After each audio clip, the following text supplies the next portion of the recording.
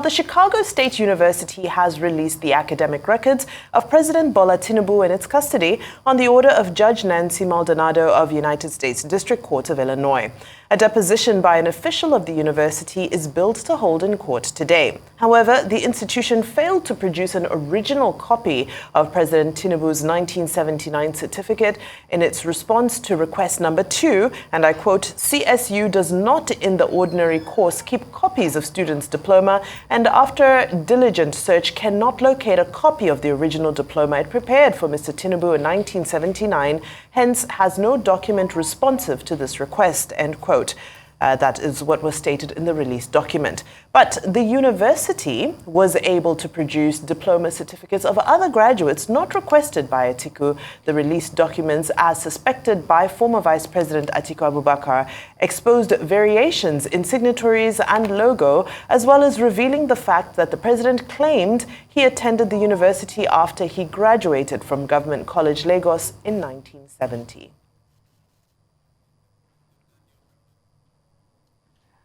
Well, Rise News analyst joins us to discuss the admonition by Dr. Abdullahi Ganduje. He will examine what constitutes good governance and what could help keep the military away from politics and other measures to strengthen and protect democracy. Good afternoon, Mr. Sobowale. Thank you for being here. It's a pleasure being here. Of course, I'm sure you had the pleasure of reading what Dr. Ganduje had to say about military being involved in politics and steps that need to be taken to deter them. But when you see cases of like sit-tight leaders that were democratically elected, and the gesture of the likes of blocs like ECOWAS and African Union when it comes to addressing such leaders, do you think that their approach when it comes to that also contributes to it? Well, what Ganduje told the chairman of the ruling party in Ghana was visiting him was that the antidote to military coups is good governance. And that is what I want to discuss. Nigeria and Ghana, I would say they are like brother nations. They are brother nations. Starting from Nkrumah, Balewa, Awolowo and Co. up till now.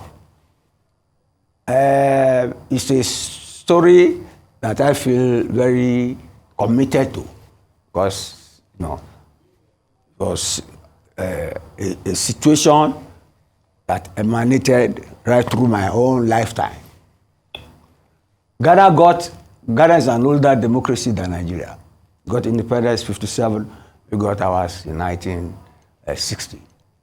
You see, to tackle this problem, we will have to do a historical analysis and comparative analysis between governance, democracy in both Nigeria and Ghana, and the experience, the excursion from independence till now. But there are some dramatic moments we must highlight first. Nkrumah was a visionary, a socialist. In fact, he became Prime Minister of Ghana from prison under colonial rule. They had to go and bring him out to swear him as Prime Minister. And he had a vision of Africa and was so vocal in fighting colonialism that some people in Europe thought Nigeria was a part of Ghana. So it took a long time. And you see, our Prime Minister there got annoyed with the noise Nkrumah was making. I said, Ghana is like an ant to Nigeria's elephant. But it's not a matter of size. Nkrumah created awareness for emancipation of Africans from colonial rule. And after him, many African nations got independence. But you see, the antidote to coups is good governance. Because the Nkrumah himself eventually got corrupt and the military intervened. Although our own struck first. In 1966, January, they struck in Ghana. It was fashionable in those days, in the 60s, for the military to knock out civilian democratically elected people. And then the populace tried them. But eventually, the military too got corrupt. You get me now? And the West came through globalization. You get me? With the cap in hand, carrot and stick situation. Say that if you want Western aid, financial aid, you must practice democracy. You must liberalize. You must do marketization. See? You must have democracy at which people are elected after serving their terms. So that made democracy fashionable. You get me? Made it fashionable. But the civilians, again, did not learn their lessons well. And that is why you have the spate of coups now, involving Niger, latest Gabon, and ECOWAS trying to intervene to deter military people from seizing power. But you see, democracy, the way we practice it in Africa, and the way I've seen it, obviously we do not, it's a strange ideology to us. It has not shown equity. It has not respected diversity. And it has not shown any inclusion. These are virtues that will make a political system welfareist and beneficial for those who go out of their way to elect leaders into office. What we see all over Africa and what is causing discontentment is that there is a political class that has literally replaced the colonial masters, and they are lording it over the people who elected them. There cannot be true democracy when elections are rigged, when people are disenfranchised, when you have multiple parties, but in several instances, people are pushing towards a one-party state. And people want to remain in power literally forever. See, the man from Ghana told Ganduje that they should collaborate so they should remain in power for a long time. But they are not hereditary rulers. They are democratically elected rulers. What has happened in Africa is that politicians have, perfected rigging elections so that they make sure they do not leave office. The phenomenon was called tenacity of office, being responsible for military taking over. But okay, in Ghana, Rawlings was a military officer, an Air Force officer. He was arrested for plotting a coup, was to be executed, but freed. He became head of state.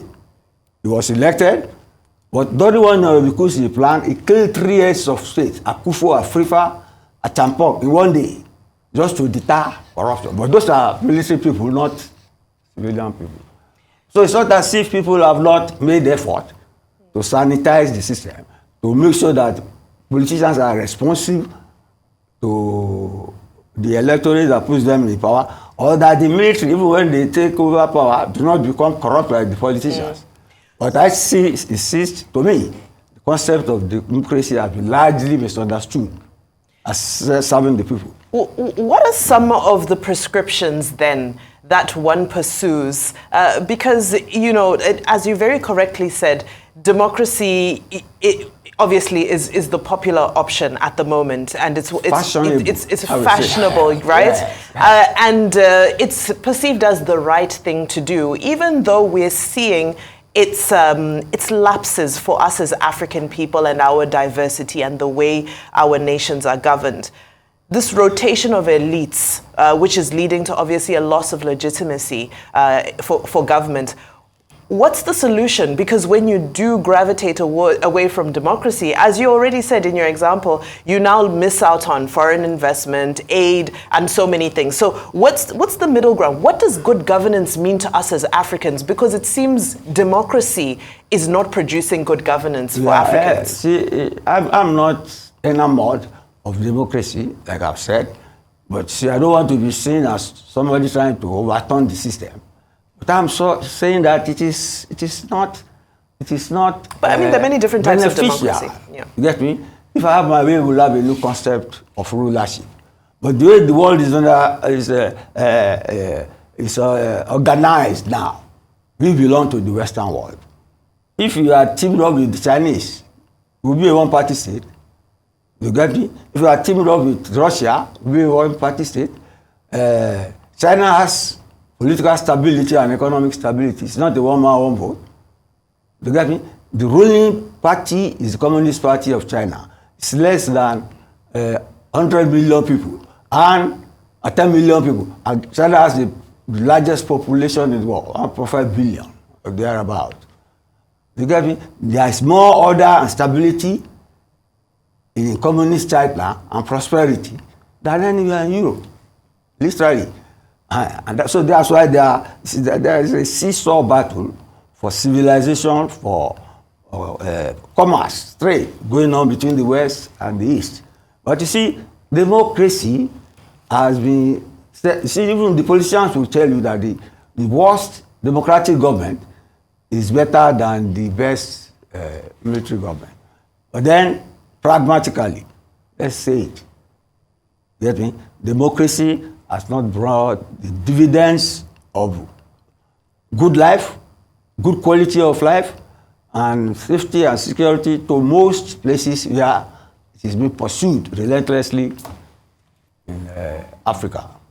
Based on what you just said, which is a fact, by the way, where do we go from here? We go Since you can't wave a magic wand and make things the way that... always looking for a miracle. You see, if you don't, if you don't subscribe to democracy, you'll be branded as another case, a socialist. But there, thank God we can still talk. Yes. Get me? But there's need for our politicians to be more upright, to be more accountable, to try to get into power in a clean way, legitimate way, and earn the respect of the electorate that put them there, and be responsive to the needs and aspirations of those who put them there. It's as simple as that. Now, some people might argue, you know, when you started your answer at the very beginning, you gave us a brief of the history of the independence of Ghana and Nigeria. Some people will argue that the colonial history of Africa is still fresh. We're a very young continent. And of course, independence came largely by the gun. So the influence of military action within African countries is still fresh in our memories and played a very active role in ensuring that we could be free citizens of African countries in this day. Now, how do we separate that? Because that legacy seems to continue to linger in how we change our systems of governance. Look, like I said, we have substituted colonialism with a new form of party colonialism, elitism. You get me? In most African nations, if you don't belong to a political party or you don't swing along in the political class, you are not likely to get elected. And in the case of Nigeria, politics is immensely monetized. You see, no matter how well qualified, how ardent you are at wanting to improve your environment, you see, you don't have the passport to enter the race because money is there. That was why they said for you to get presidential tickets, 100 million naira. You get me? And a central bank governor, while in office, paid for that and still went back to office. And nothing happened. So it's an aberration. So I'm telling you that democracy has been largely mismanaged. On paper, it is the best form of government. But in terms of execution and the way we practice it, and not only in Nigeria, all over the world, that's why I told you the history of the tragedy that have befallen both civilian and democratically elected leaders. Because when the anger of the people gets to the level of the French Revolution, you know, a lot of violence will erupt. Thank you so much, Mr. Dayo Sobowale. It's always a pleasure to listen to you, and we thank you for your time and analysis, as always. Thank you. Right.